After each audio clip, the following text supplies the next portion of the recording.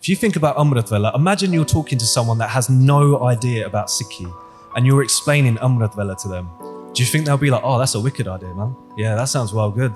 That's well good. Wake up 2, 3, 4 o'clock in the morning. Yeah, man. I'll give up my sleep and I'll repeat some words. I'll say some prayers. Yeah, man. Wicked. It's your logic. To follow your guru means to give up your logic. To the outside world, it is not logical to wake up in the early hours of the morning and do your Naam Simran. It is not logical. Why? Because it's still nighttime. All of the world at that time, most of them are asleep.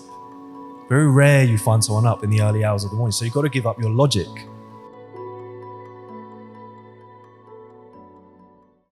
Vaheguru Ji Ka Khalsa, Vaheguru Ji Ki Fateh. So guys, my name is Manpreet Singh, and it's a real honor to be speaking to you guys here today. So this talk isn't going to be like your traditional one-way traffic talk. There's going to be points throughout this talk where I ask for your opinions, your thoughts. So please do feel free to get involved. This isn't one way at all.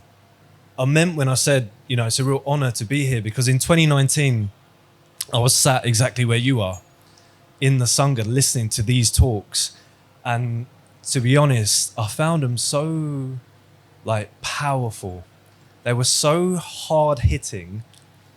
And when Bhai Sahib asked me to do this talk, I thought, nah, I can't. How am I, what am I even going to talk about?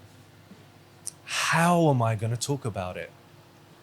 That was my honest thoughts. And I also thought, what are the Sangat going to be thinking?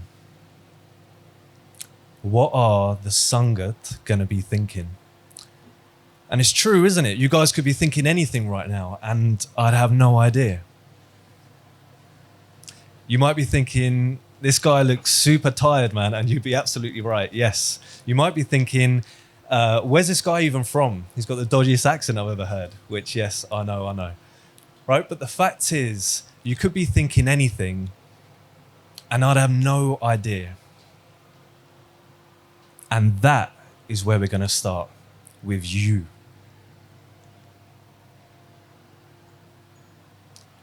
We're going to go on a little bit of a journey now, and it's not an outwardly journey. It's inwardly. We're going to look inside ourselves. So you're not going to miss anything on the screen. This is all that's going to be on the screen for the next couple of minutes. So you're not going to miss anything when I ask you guys to close your eyes. I want you all to close your eyes, and I want you to think of your home. Not the home that you live in, but the home of yourself, your internal home, the place where all your thoughts, your memories, everything that is about you, that home where all of that exists. Think about it. You're standing outside this home and it's yours, right? It can look like whatever you want it to look like. It could be a small cottage in the middle of nowhere. It could be the biggest mansion. It's up to you. This home is yours. Think about what the windows look like. Bring yourself to the front door of that home and step inside. And as you step inside, I want you to imagine all your memories, everything that's happened in your life up until now, like paintings on the wall. I want you to imagine the TV is playing like a loop of all the significant moments in your life, moments that only you know about, that no one else knows about. This is your home and you're here alone. It's your safe space. And as you walk through this home, I want you to imagine that you come to a door that you don't recognize. And as you open this door, I want you to step into that room, and I want you to see mirrors on all the walls. All 4 walls are just one big mirror. And as you step in and you look ahead of you, you see yourself in the mirror in front. You look to your left, to your right, and you just see you, your reflection in this mirror. And it's really important you get this image in your head very clear, of you looking at yourself in these mirrors, front, back, and sides. Have this image clear in your mind. We're going to be back here very, very soon, and you'll find out why. Okay, guys. So, with regards to this talk,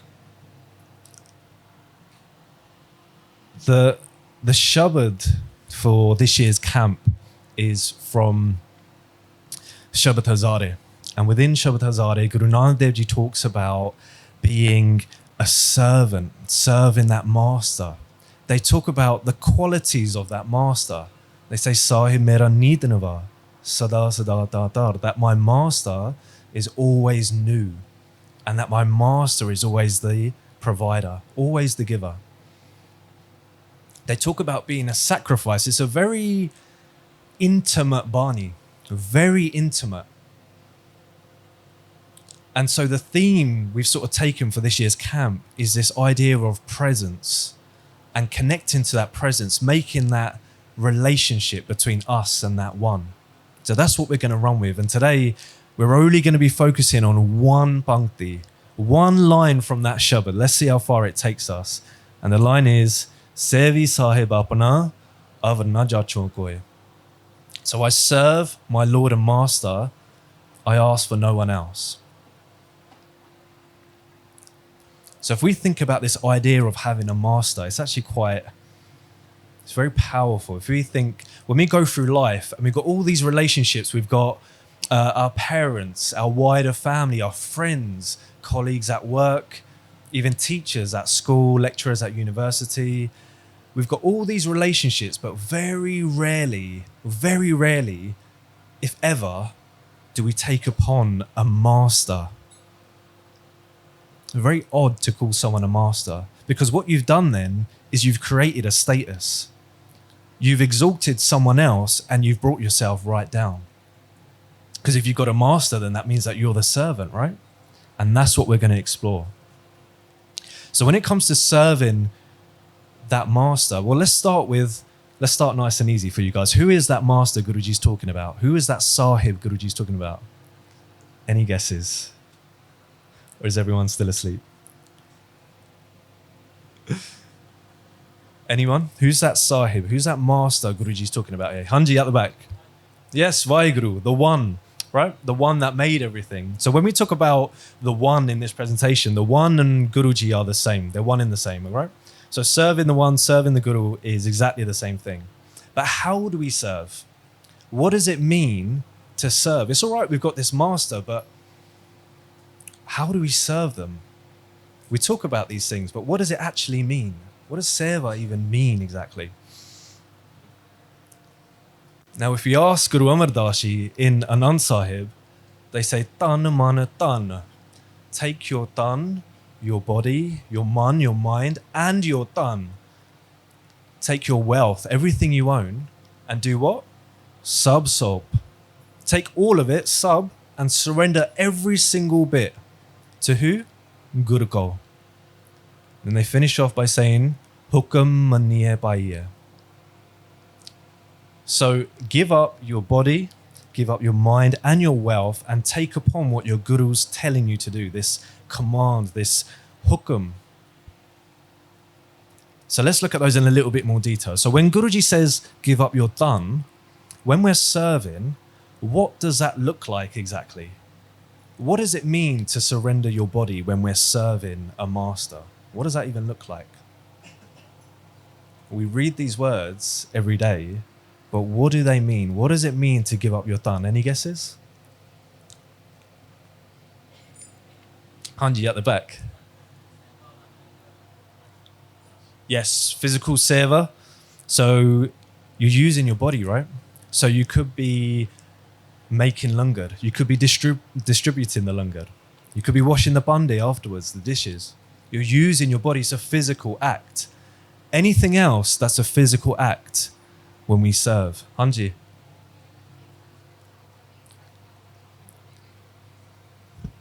Brilliant. So Benji says giving up your attachment to your body. That's really deep. I like that one. Thank you, Benji.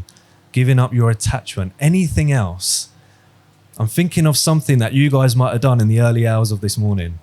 Some of you may have done it for the first time, in which case your body might be feeling quite tired. Hanji. Say again? Giving up your sleep. So what do we do when we give up our sleep? What is that? What do we do when we give up our sleep? Playing PlayStation? Say again? Yes, Amrit Vela. All right? It's a physical act. Getting up out of your bed in the early hours of the morning when all the world is asleep, that's a form of serving. Right? We overlook these little things, but it's actually really important to take it into account. You're actually serving, you're getting up, you're taking control of your body. Anything else that comes to mind? What else do you do physically? So we've got Amrit Vela, we've got physical seva. What else? What else do we do with our body? Hanji? Yes, keep our care. So we follow what our Guru's saying in terms of how to keep our body, right? How to treat our body. Yes, definitely. Great answer. I'm thinking of one more thing. It's something that Rajan Singh and Gurpreet Benji is really good at. Oh, Gurpreet Benji's got her hand up. She's going to say it now. Go on. Yes, you are. Go on, go on, go on. Nothing. Too humble, man. Too humble. Kirtan. All right. So after Mara says this, they say, Tan mana tan sab sob gur ko hukum manniye paye manana dis hukum. And then they say, hukum manni ho guru kera. Gav ho sachi bani. Right? That is the hukum. That's what Guruji is telling you to do. So whether you're on the mic or whether you're sat in the sangat, even singing kirtan, no matter how good or bad you think you are, even just singing, that's a form of seva. You're using your body, using your voice box, your tongue, right? It's a physical act. Okay, what about the mind, your man? How do we serve using our mind? What does that mean? What does that look like? Yes. Naam Simran, yes. So what do we do when we do Naam Simran with regards to our mind? You're right. So let's just say I'm doing Naam Simran. So I can stand up here and say, Vaheguru, Vaheguru, Vaheguru, Vaheguru, Vaheguru. But where could my mind be? Yes. Yes. So focus in the mind. Right? Even something as small as that, focus in your mind is a form of serving. You're surrendering your mind. When you control it, you're surrendering it. Anything else with the mind? Hanji?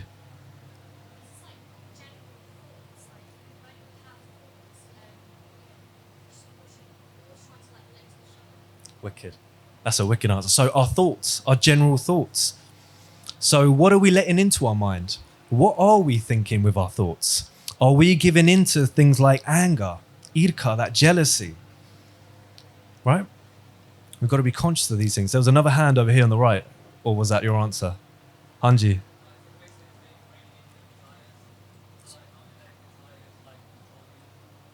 Controlling your desires. Yeah, for sure. For sure. How does the mind link to Amrit Vela? If you think about Amrit Vela, imagine you're talking to someone that has no idea about Sikhi and you're explaining Amrit Vela to them. Do you think they'll be like, oh, that's a wicked idea, man? Yeah, that sounds well good. That's well good.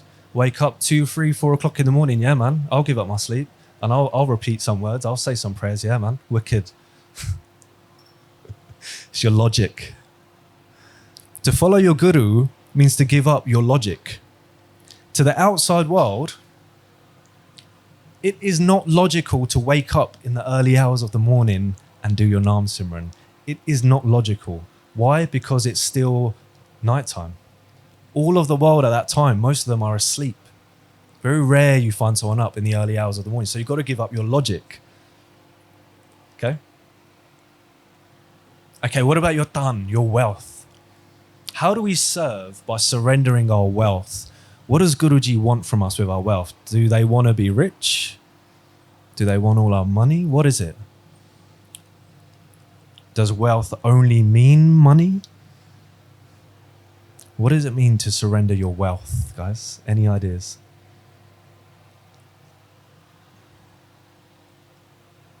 Who said Daswand? Yes, good answer, whoever said that. So Daswand. So one of Guru Gobind Singh Ji, 10th Guru, one of his 52 hukams, his 52 orders, is to give up 10% of your earnings.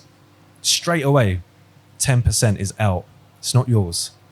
And it hurts. I'm not going to lie. It hurts at first. Like, oh man, that's 10%. But what I often forget is Maharaj has also left me with the other 90, right? It's only 10%. It's not 11, it's not 12, it's just 10%. So even that in itself, you have to surrender. Just surrender in that 10%. Yes, your mind might be in a bit of pain at that time, but you still got to fight it. Anything else when it comes to wealth? Yes.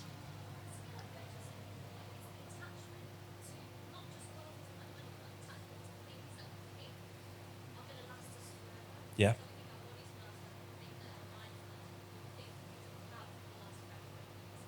Yeah, for sure. So Benji said to be conscious of the fact that things aren't going to last forever, that this body, this mind of ours isn't going to last forever.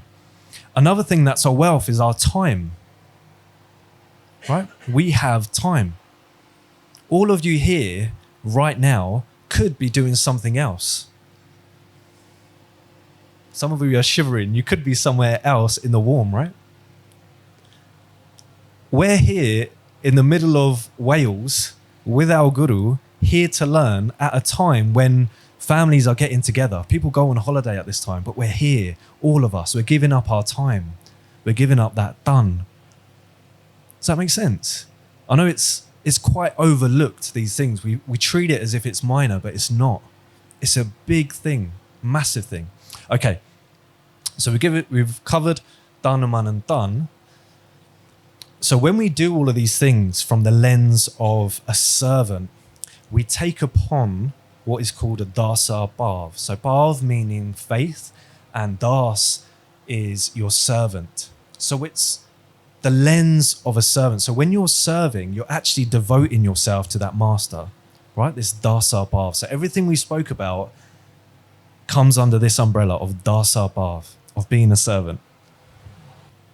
There was a time when a Sikh of Guru Angad Dev Ji was sat by a river. And as they were by the river, they were reciting Japji Sahib. And a man comes over to them, really flustered. They couldn't believe what they just heard. They said, "Who's this? What is this prayer you're saying?" The Guru Sikh said, "This is the prayer my Guru gave me. It's called Japji Sahib." He said, "Where's your Guru from? This Guru of yours, where is he even from?" He said, "He's from the One." He said, "Okay, where is he? Where is this Guru now?" He said, "He's here." The guy's looking around. He goes, "He's here and he's there."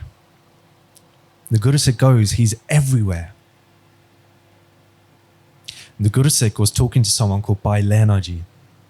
And Bhai Ji was so enraptured, so drawn to Japji Sahib at that time.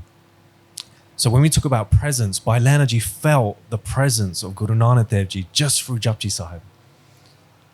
Right? So when we read Japji Sahib, it's not just the words of Guru Angad Dev Ji. Japji Sahib is Guru Angad Dev Ji. Right? We can feel the presence of Guru Angad Dev Ji even just through Japji Sahib. So when this Bhai Ji finally met Guru Angad Dev Ji, and they were in the presence of Guru Angad Dev Ji physically, they fell in love with Guruji. They fell in love so much that they wanted to help Guruji in whatever way they can. And one day Guruji's farming in the fields and they're plucking weeds from a rice field. So Bhai Ji goes, he's never farmed in his life. He goes to his farm and starts plucking out as well. And while he's plucking out weeds, he's plucking out rice plants as well. And Guru Angad Dev Ji says, stop what you're doing. He said, "You're not here to pluck." He said, "You're here to plant. You're here to plant this Sikhi into people's hearts." So Bhai Ji says, "Okay, so what do you want me to do?" He said, "Take all of these weeds, bundle them all up, take them above your head and move them right over there." Bhai Ji does exactly what he's told, no question, does it. So Bhai Ji is walking with all these weeds, all this mud dripping onto their dastard, onto their face, onto their beard, all onto their clothes. And they're walking to where Guru Angad Dev Ji tells them to walk. Guru Angad Dev Ji's wife, Mata Sakhi Ji, goes to Guruji. She says, what are you doing? So this Bhai Ji, he's never farmed in his life. And you're making him pick up all these weeds and walk all the way over there. Look at him, he's getting covered in all this mud. And Guru Angad Dev Ji says to their wife, they say, you see weeds over his head? They said, we see a crown. They said, you see the weight of all those weeds that they carry in, that heavy weight? They see, we see the weight of this world and the next world. In Guru Angad Dev Ji, they bless us with an amazing shabad. They say, Karshiya firanna, swauna janana sunya. They say that the karshi, the ladle, it goes through the food, but it doesn't know the taste of it. Has anyone got any thoughts on what that might mean? What's Guru Angad Dev Ji talking about here? What does it mean to be a karshi but not know the taste of the food? Any ideas? What could that mean? Yes, bro. Yeah, so Viji says you could be in sangat, right? You could be in sangat, you could be in the right place. And you still don't know the effect it's having on you at that time. Yes. Or what is that taste then? That's a good example, but what is that taste, Hanji?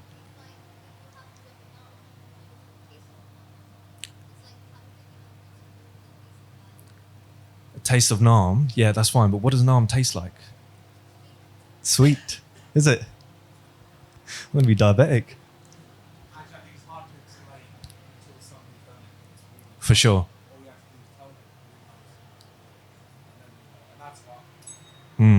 So Viji says it's hard to explain. Unless you've done it, it's hard to explain. But there's a general feel. There's a general feel, and that is covered in the next line by Guru Angad Dev Ji. They say mukh desanna, I want to see the faces, the mukhs of those Nanak ratte prem ras. Those faces that are imbued, that have this essence of love, that prem ras. Guru Angad Dev Ji turns to Mata Sakhi Ji. They say, look, you see this mud dripping down their face, this mud dripping onto all their nice clothes? They say, we see saffron. Saffron, if anyone doesn't know, is a very deep red color, meaning we see the color of love. Yes, his clothes are getting ruined. Yes, he's getting dirty, but he's still doing it because of love, this prem ras. There was even a time when Bhai Veer Singh Ji writes that there was 2 days of constant rain. So much rain that all the wood that would normally be used to make a fire was soaked. No fire means no food, right?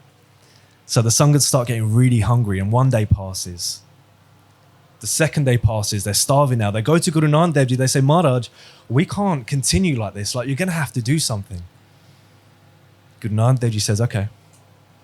They go to their sons, Baba Shri Chand, Baba Lakshmi Das. They say, go climb that tree. And they point to a really bare tree, not even a leaf on it. They say, go climb that tree and shake it. And everyone's looking at Guru Angad Dev Ji like, what are they on about? They said, if you shake it, loads of food is going to fall out. And then the Sangha, they're going to eat that food. Guru Angad Dev Ji's sons looked at their father. They said, no. They said, it's impossible. How can food fall from a bare tree? It doesn't make sense. So that logic kicks in, right? Guru Angad Dev Ji turns to Bhai Ji. They say, Lenia, go climb that tree, go shake it. Bhai Ji does exactly that. They climb that tree, and lo and behold, all this food just starts coming out. And that's the food the Sangat eats. So Bhai Ji gave up their tan. They gave up their body. They didn't care if they fell out of the tree or what they looked like. They gave up their man, their mind. They could see this tree was bare. But the tree didn't matter to Bhai Ji. What mattered was what their Guru was saying to them. If Guru Angad Dev Ji said that food was going to fall from this tree, that's what was going to happen. That's all that Bhai Ji thought. I'm going to do what my Guru's telling me to do. Hukum manni hai bhai. When it comes to wealth, you're done. Bailena ji, they didn't care if their nice clothes got dirty. All that mattered was just following their guru. So Guru Angad Dev Ji's sons, they were like the Garshiya, weren't they? They used their logic, they used their mind and said no. They didn't manana, they didn't follow that hukum, that command of their guru. And sometimes we can be like that as well. So how can we serve like Bailena ji served? Let's think about this practically. How can we serve? Does anyone have any ideas just off the top? Any ideas? How can we serve like Bailena ji served? What does that mean? Okay, it's a nice Sakhi, but what does it mean for us practically?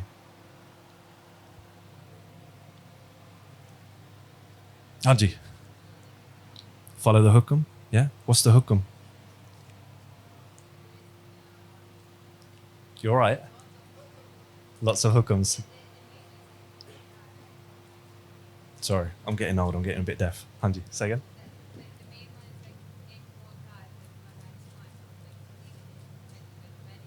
Yeah, so meditate, so jap naam, right? So that's the hukum, so do it.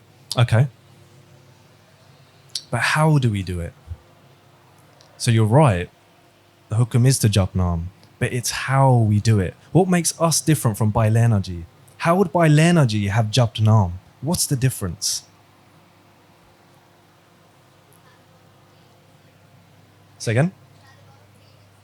Lot of prem. Yeah, he had that prem ras, he had that love, right? So he would have been focusing.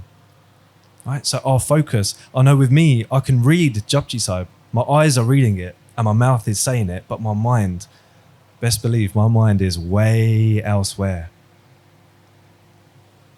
It's difficult. It's not impossible. What about singing this Gavo Sachi Bani?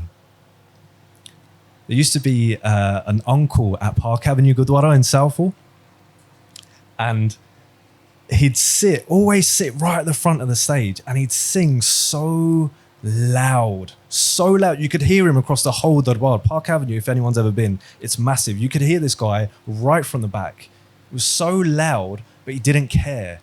He wasn't doing it for attention, and he certainly wasn't the best singer. But he was doing it because he felt something in that moment, that prem ras, that it didn't matter what he sounded like. He just done it. Gavo ho sachi bani, his guru told him to do it, so we just done it. People like me, we start looking around. Who's sitting next to me? I don't want to sing. I don't want to sing too loud just in case I look like an idiot. Right? That's the difference between us and Bailena ji. Bailena ji would have just done it. Done. You tell me to sing, I'm going to sing. I don't care if I sound bad or not. When you listen to Kirtan from back in the days, like the 80s and 70s, they weren't like, they didn't have the greatest voices, with all due respect. Like now we've got some amazing Kirtanis and their voices are incredible. But for me personally, I think back in the day, it was a bit more about just doing it as opposed to how good you sounded. Other things we can do is say we serve langar, right? How do we serve that langar? Are we serving it with care as if we're serving Guru Angad Dev Ji? Or are we just slapping it in the tal because we're in a bit of a rush, right? How are we doing these things? How do we even talk to each other? Do we talk to each other with that prem ras? Right? These are the little things we got to start implementing. That's the difference between us and Bailena ji.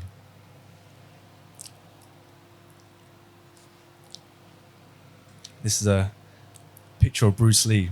And in one of his films, there's a really famous scene where he's trying to teach his student something. And he says to his student, you know this one, didn't you? He says to his student, he goes, kick me. So his student kicks him. He goes, no, that's wrong. He goes, kick me. Kicks him again. He goes, no, that's wrong. He goes, kick me. Student finally does it the way he does it. And he said, excellent. He said, good. He says to his student, he goes, how did it feel? And his student goes, I think. And he says, I think. And Bruce Lee just goes, whoosh, gives him a chaper. It's so fast, you don't even see it. Almost as fast as my mum. She's much faster than Bruce Lee, man.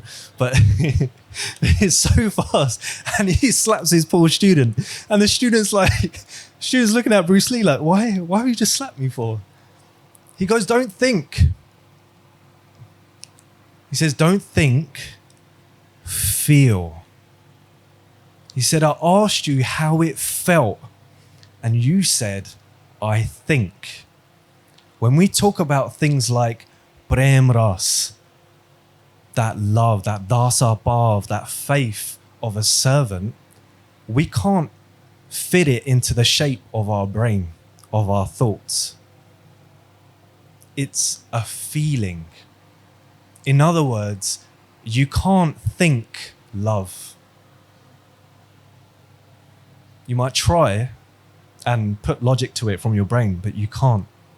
You can't think love. It's a feeling. And in many ways, when we talk about the presence of the One, when we're in Maharaj's Hazuri, when we're with Guruji, we feel different things. We feel that presence very differently. And that's okay. Some of us are going to feel like Guruji is our teacher. And that's all right. Some of us are going to feel like Guruji is our parent, our best friend. And that's all right. We're all going to look at Guruji with a different sort of lens. But it's all through the feeling of that love. So just like Guruji carries a feeling, a different feeling for each one of us, even the Gurukar, the Gurdwara, carries its own feeling.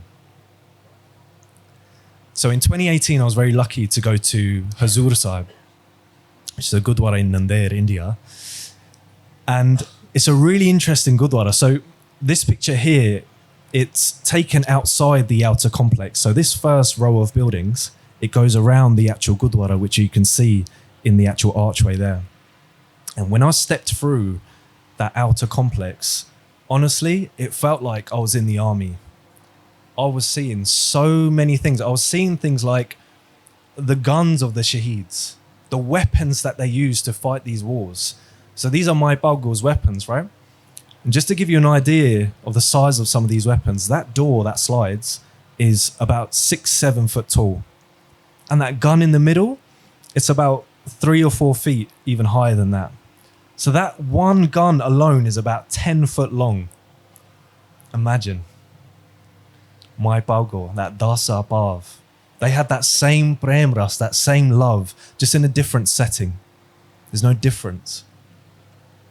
So as I was walking around, I saw loads of Nihang Singhs. I've got some here today. They're covered in weapons. I really felt like I was part of some sort of army. I looked around and I saw loads of seva going on. Right? This is just normal sangat that have come to Mattatek. They were getting these baskets on their head and they were moving cement. And the cement was dripping all over them, but they didn't care. It reminded me of that story of Bhai Manpreet Singh. They didn't care. It was boiling hot. That marble, we had to run across it. It was that hot. But the sangat doing their seva, they didn't care about that. Right? Just like Bhai Manpreet Singh didn't care, they didn't care either. So now we get to the actual Gurdwara. And Hazur Sahib, can I have a show of hands of anyone who's actually been to Hazur Sahib? Just to get a feel. Oh, most of you. Brilliant. Right. So you'll know what I'm talking about when I say these things. So when you get to the actual Gurdwara, it's very interesting because there's an inner room. And the inner room is the spot where Guru Gobind Singh Ji left this world in the physical sense anyway. It's the exact spot. Very powerful. Very powerful. And within that room is all of Guru Gobind Singh Ji's weapons. Within that room is Guru Gobind Singh Ji's kalgi, their plume that they wear on their dastar. And when I saw this, if I'm honest, I literally felt like I was looking at Guru Gobind Singh Ji. I was seeing weapons, but I felt like I was in the presence of Guru Gobind Singh Ji. Just to give you a little bit of a feel for what it's like within Hazur Sahib, for anyone that hasn't been.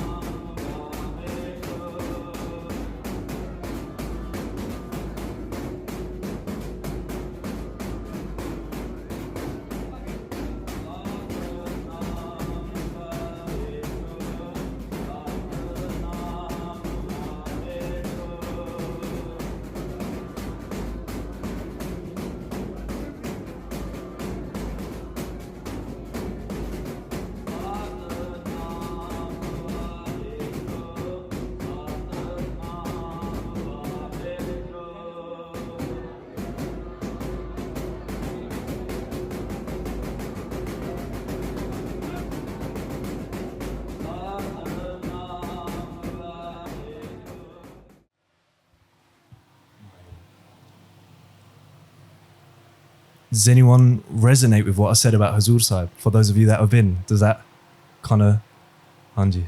Did you feel anything different from what I've said there, or was it pretty much the same? Anyone feel anything different?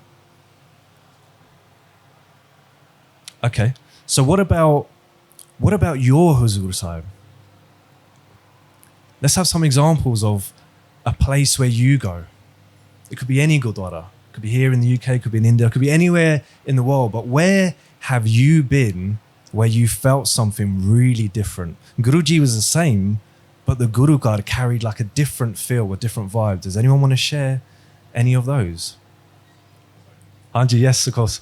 I think it was 2000 and around 2010 when I went to Hazur Sahib.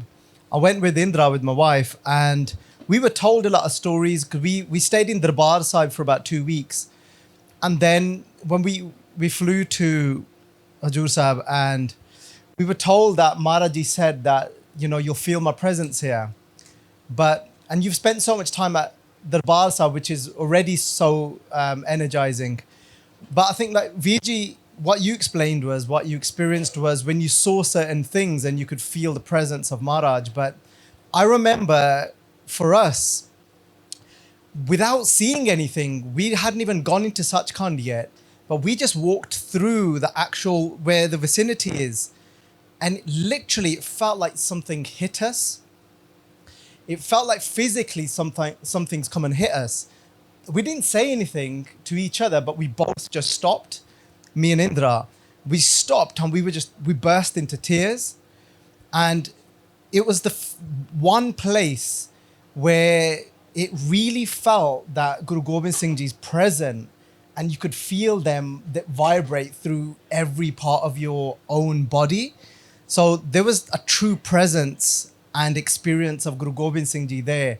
So for that first day, I think we were just in awe, and we didn't even know we needed to go and into Sachkhand, it was just like, we're here, Guru Gobind Singh Ji is here.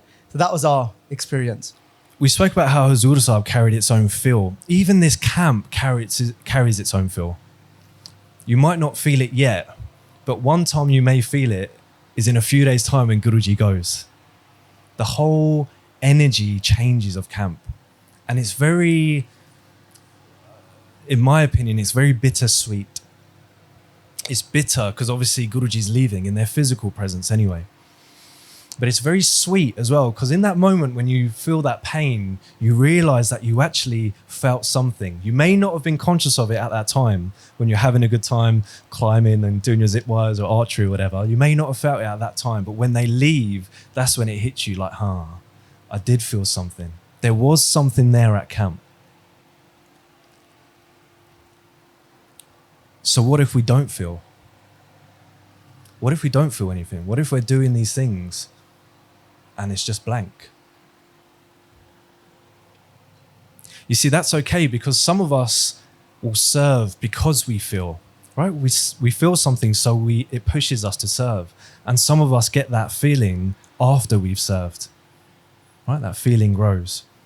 So an example would be, if you can think of 2 cubes of salt on a beach. Baljit Singh might recognize this one. 2 cubes of salt on a beach. And they're both having a discussion about how deep that ocean really is.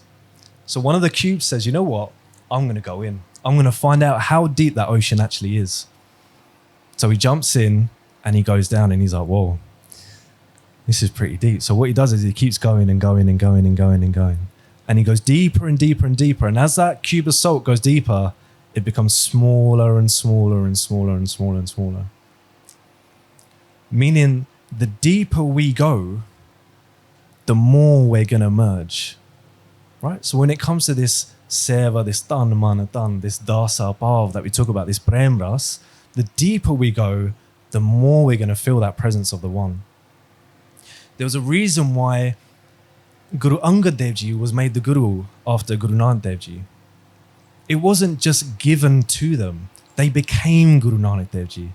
They immersed themselves so much in Guru Nanak Dev Ji that they became Guru Nanak Dev Ji. Right? Imagine their name was changed from Bhai Ji to Angad. Ang meaning limb and Ad meaning the first. a limb of the first Guru. Changed their whole name. They had no attachment to it. I get really annoyed when someone calls you Mandeep instead of Manpreet. It's like, oh man, come on. Manpreet isn't that hard to say. What's wrong with you? I feel like giving her a Bruce Lee slap sometimes, but chalo. Right? But all of these things. So Bailenaji literally served so much, they merged. They became that Ang. Now, there was a time when Guru Angad Dev Ji met a king, Raja Shivnab, and it's quite a long Sakhi. I won't go into the whole thing, but they had a conversation at one point, and Raja Shivnab has completely fallen in love with Guru Angad Dev Ji. And he's thinking of things to give Guruji. He says to Guruji, he says, look, see this whole kingdom of mine, I'll give it to you. Take it, it's yours. Guru Angad Dev Ji, being Guru Angad Dev Ji, says, no. They said, this kingdom you're offering me, it's only been passed down to you from your forefathers and their forefathers before them. And it's only going to be passed to your son after you've only inherited it. It's not yours to give. They said, I don't want your kingdom. Raja Shivnab is running out of things to offer. They say, I'll give you this, I'll give you that, I'll give you that. And Guru Angad Dev Ji keeps saying, no, I don't want anything else. They said, the only thing I want is this I you keep saying. This I'll give you my kingdom. This I and my, give me that. That's what I want. What's Guru Angad Dev Ji talking about here? What's that I they're talking about? Any guesses? Hanji bro. Homme. Hanji. Homme. So Guruji calls the ego homme. Ho meaning I and me meaning me. Homme. This sense of self. This ego. This attachment we have. This attachment I have to my name that makes me angry when people get it wrong, right? It's that ego. So, in one respect, Guru Nanak Dev Ji, Guruji, that master, they're not here, they're not on an ego trip, they're not on a power trip. They're here to treat our ego. Does that make sense? They're here to treat our ego. Okay, guys, we're going to go back home now. Do you remember that room we spoke about before with all the mirrors, 4 sides? Let's go straight back there. Right, so eyes closed, everyone. So I want you to imagine, so you're back in that room with all these mirrors surrounding you. Now we're going to find out what was the reason, what was the point. And imagine looking back at you, it's only you in that reflection. And that reflection, you realize that it's actually your tan, man, and your tan. Your homme, your ego, this sense of self. You are in that reflection. And the more we serve with that love, the more these mirrors around us that only show us, they're going to start to crack. I want you to imagine all these mirrors around you now starting to crack and a really warm light just filling that room.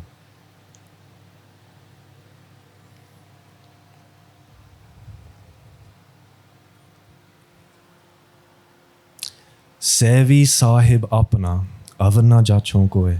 I serve my Lord, my Master. The more we serve with love, the more we serve with that prem ras, the more we smash through this mirror of ourself, this mirror that's showing us our ego. So break it. Serve and break it. Smash that mirror. Smash your mirror until there's nothing left. And when there's nothing left of you, when there's absolutely nothing left, that's when we'll get everything.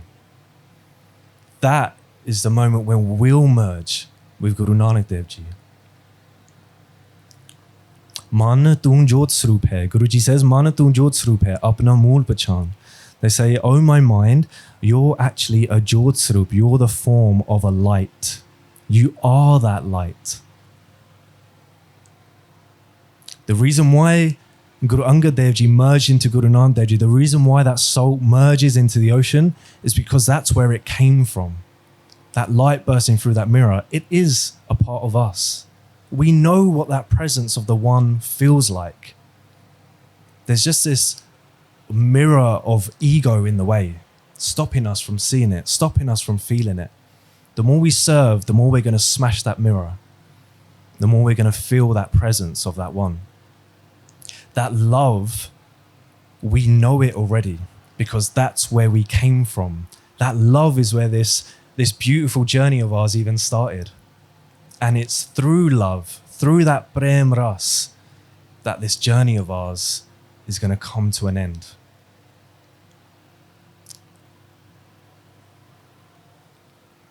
Okay, guys, we've come to the end of today's talk. Thank you all so much. We'll have a quick recap on what we covered. So we looked at the master and the slave, right? This dasa bhav, serving your guru, giving up your man, tan, your tan, man, and your tan. The color of love, that prem ras. We looked at the gardashi. Sometimes we can feel like that gardashi and don't feel anything. Don't think, feel. The lens of a Sikh, something that I forgot to cover in the Sakhi of King Raja Shivnab. The lens of a Sikh is to love your guru so much that you're willing to give up yourself. You're willing to be called a different name. You're willing to look like a fool. You're willing to sound not so nice when you sing that kirtan. You're willing to do all of these things. That's a lens of a Sikh. And lastly, smash your mirror. Obviously, I'm not talking in the literal sense. Please don't go around smashing all the mirrors in the building. So we've come to the end now. Sangatji, thank you all so much. Has anyone got any questions? I appreciate that was quite heavy at times, even though I tried to keep it quite light. It's quite a lot to take in. Has anyone got any questions or anything that they want to share? Their own experiences, maybe? No? Hanji Benji. I can't hear you, but I feel like this is going to be a massive spanner in the works. Go on, Benji. She's got a massive spanner. Come on, yeah. It's just for you, basically. But just a question. So, you spoke about the feeling you had at Hazur Sahib. Have you felt that anywhere else in the UK or anything that's come close to that? Or how do you recreate that in your life? Because it must have been such a beautiful feeling that you wanted to hold forever. That's a brilliant question. Thank you so much. Not the spanner I thought it was going to be. So Benji's question is, when I felt what I felt at Hazur Sahib, have I ever felt it outside of Hazur Sahib? How do we recreate that feeling? So we got to look at the similarities. Hazur Sahib is Hazur Sahib, but there are commonalities between any Gurugar and Hazur Sahib. So for example, Shastra, you've got weapons, right? So weapons are in any Gurugar. Right, you see your guru, they're covered in weapons, they're surrounded by weapons. Guruji even said at one point, these 5 weapons are the form of me. They are me. So wherever you see weapons, wherever I see weapons, again, I'll get that same feeling that, yes, that's Guru Gobind Singh Ji. It could be weapons, it could be your guru themselves, Guru Granth Sahib Ji Maharaj. It's the same guru. Is that right, Benji? Thank you. Anyone else before we close off? Hanji Baji. Benji was asking about replicating that same feeling elsewhere that you had at Hazur Sahib. Now, I've never had it at Hazur Sahib, but when I was quite young. But Maharaj Kirpana, we do like Amritwala at Somerset Road Gurdwara in Birmingham. And the more we've been doing that seva, like Prakash with Guru Sahib and stuff like that, do you know, honestly, when you were talking about that salt, I really felt it. Like, when you feel like the more you do, the more time you spend, the more you're kind of dissolving and becoming part of Maharaj. And a couple of months ago, no, it was only last month actually, we did Sukhmi Sada Part at Somerset Road Gurdwara for our kids. And after Arta, there was Puladi Barka. And I was doing George Sadhi Seva at the time. And you know what, just seeing Maharaj being showered by the full, it was so emotional. Honestly, it was another level. I mean, you wouldn't see so much love and so much respect anywhere else for anything or anybody else sort of thing. So I kind of resonated with your story about Hazur Sahib and also the soul. But yeah, I think as long as Guru Sahib's there, you can so replicate that. Anyone else want to share anything? Remember, guys, this is a very safe space, right? We're all here. We're all learning together. None of us know absolutely everything, all right? Hanji Benji. When I went to Hazur Sahib, I was 10 years old, and it was on a yatra to loads of... Sorry. It was to loads of Guru cars and... Closer. Okay. Can you hear me now? Yes. Okay. We went on a yatra to loads of Guru Kars in Punjab and India when I was 10. The only Guru Kar I can actually remember properly is Darbar Sahib and Hazur Sahib from that whole trip. And I remember just like, you know, when you walk down, like where Langar Sahib is, and like there's all like the shops, and you go to Darbar Sahib, I was just like, wow, what is this? And then we walked, we cleaned our feet, and then I was just crying. I was just crying the whole time. It was amazing. It hits you, doesn't it, when you first see Darbar Sahib, when you see Harmandir Sahib for the first time, it's like, whoa, when that colour, that gold hits you, when that colour, that gold, when you see it for the first time, it kind of takes you back. That's beautiful, Benji. Thank you so much for sharing. Has anyone else got anything else before we close off for today? Anyone? Hanji? Oh, man. I'm getting well fit doing this. Well hungry as well. Hanji, Benji. Make it quick. No. I was just thinking back to what someone had said. I think it was Benji, about how, you know, we try to recreate that feeling, but I feel like the more we try to think about recreating it, it's like you said, to feel rather than think. The more we try to think about recreating it, the harder it is. The more we just kind of like let go, kind of in that moment, and kind of let it take us. Let's not try to like take it, let it take us instead. And I don't know, you kind of, I guess like you said, you just feel it more. So try not to like be too hung up on trying to find it. It will find you. I mean, I'm a hypocrite anyway. I'm like, you know, so, but it's just a thought. That's brilliant. That's brilliant. Thank you so much. Hanji. Vaheguru Ji Ka Khalsa, Vaheguru Ji Ki Fateh. Hazur Sahib's next level, and like Maharaj Kirpa, if your families can organize yatras to India, like Banji said in the back, you'll never forget it in your life, you know? Like I still remember as a kid, like my feet hurting, walking up, you know, mountains to get to certain Darbar Sahibs. It was beautiful, so you never forget it. But for me, quite honestly, in my life, it's always been, like in my adult life, Basis of Sikhi. Anywhere I go, that there's a Basis of Sikhi program, and it's not because of the name Basis of Sikhi, it's these sevadars that work for Basis of Sikhi, like, are passionate, and like they have Guruji in them, and like, your talk now, Paji. Like, you know, when I arrived here yesterday, I felt one way, and I woke up in the morning, I felt in a completely different way. So that feeling that you're describing is, every time I come into the sangat of good Sikhs like yourself, it's felt and it's real, and it's Maharaj's Kirpa. So if people are looking for that feeling, whenever you see that banner, just go to that, you know, because it's like a focused thing, you know. And I get so lost in my life that, you know, that I almost like fear it sometimes, you know, because it's so much love, it's so much beauty, you know. And that's not to say don't go to anywhere else. Go anywhere you can that's local, that you can, because there's a million different beautiful organizations. But I can only just tell you what I've experienced, you know, and like just being with you beautiful people in the sangat here. So that feeling that we're looking for is right here in the moment of now, right? You know, you're not going to get a better chance than this 4 days that we have together.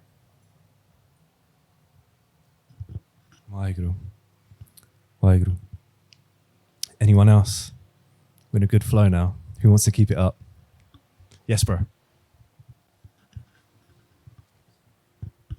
Vaheguru Ji Ka Khalsa, Vaheguru Ji Ki Fateh. Just going back to Benji's question, it actually got me thinking. So the last time we actually went to Hazur Sahib was actually when we were really young kids. So truthfully, I only remember the actual train journey as opposed to actually going there.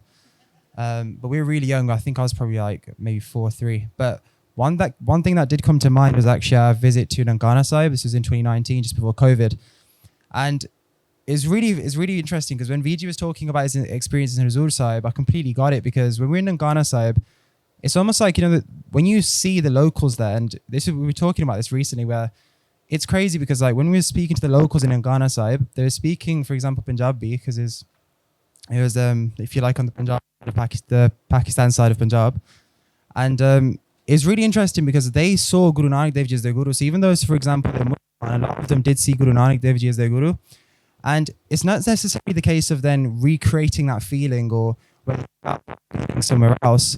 It's more a case of just, for me anyways, just understanding that and almost seeing it in a lens of they all serve different purposes. So for example, when I was there, it was special because the feeling I felt there was very unique. And I think that's the key word, it's a very unique feeling. Just leaving, seeing, for example, going around the Darbar Sahib there, you see Mussalman doing seva. That was huge. You'd see people doing seva that Baro you'd never think would be, like, you wouldn't see them in that setting. For me, it's a very unique experience. And then now, when you come to, for example, the UK, Guru Angad, you do seva here, it's not necessarily a case of one's higher, one's lower. It's just a case of the feelings. It's a different type of feeling. And I think the special thing, to whether it be Nangana Sahib, Hazur Sahib, but even the special thing about it is that the energy, the feel here, is forward when you go back home. And I think that's what's really special. So when you, like, for example, you sit in Amritwala now, the feeling you get, all you'll have to do is listen to a Simran track in, say, 4 weeks' time, and that whole energy that you felt in this Sangat right now, it'll come back. And it's the same thing with Vijay's talk as well. You know, there'll be times when we all go back, and it's wicked when you're in Sangat because you feel like you feel uplifted by everyone. And then there's times then when, you know, you're by yourself, and then all of a sudden you have to wake up Amritwala, and it can also now be like 10 times as hard. But it's important to always reflect and think back to these feelings, and just going back to Benji's point, going back to these key moments, these feelings, and just feeling that energy again, and then essentially letting the Sangat carry you as well. But that's what I just wanted to say, you know, the feeling of it is really important. It's beautiful. Anyone else? Okay. Well, it's really nice, really interesting hearing those things. And that conversation doesn't have to stop here at the end of this talk. So please, when we share things like that, it's so powerful. Even just listening to that, it's going to take me a few days just to digest what everyone said. It's beautiful. But keep those conversations going. That's what camp's all about. So Satsang Ji, thank you all again. I'm sorry for all the mistakes I've made. I've got a long way to go, a lot to learn. And let's finish off with the Fateh Ji. Vaheguru Ji ka Khalsa, Vaheguru Ji ki Fateh.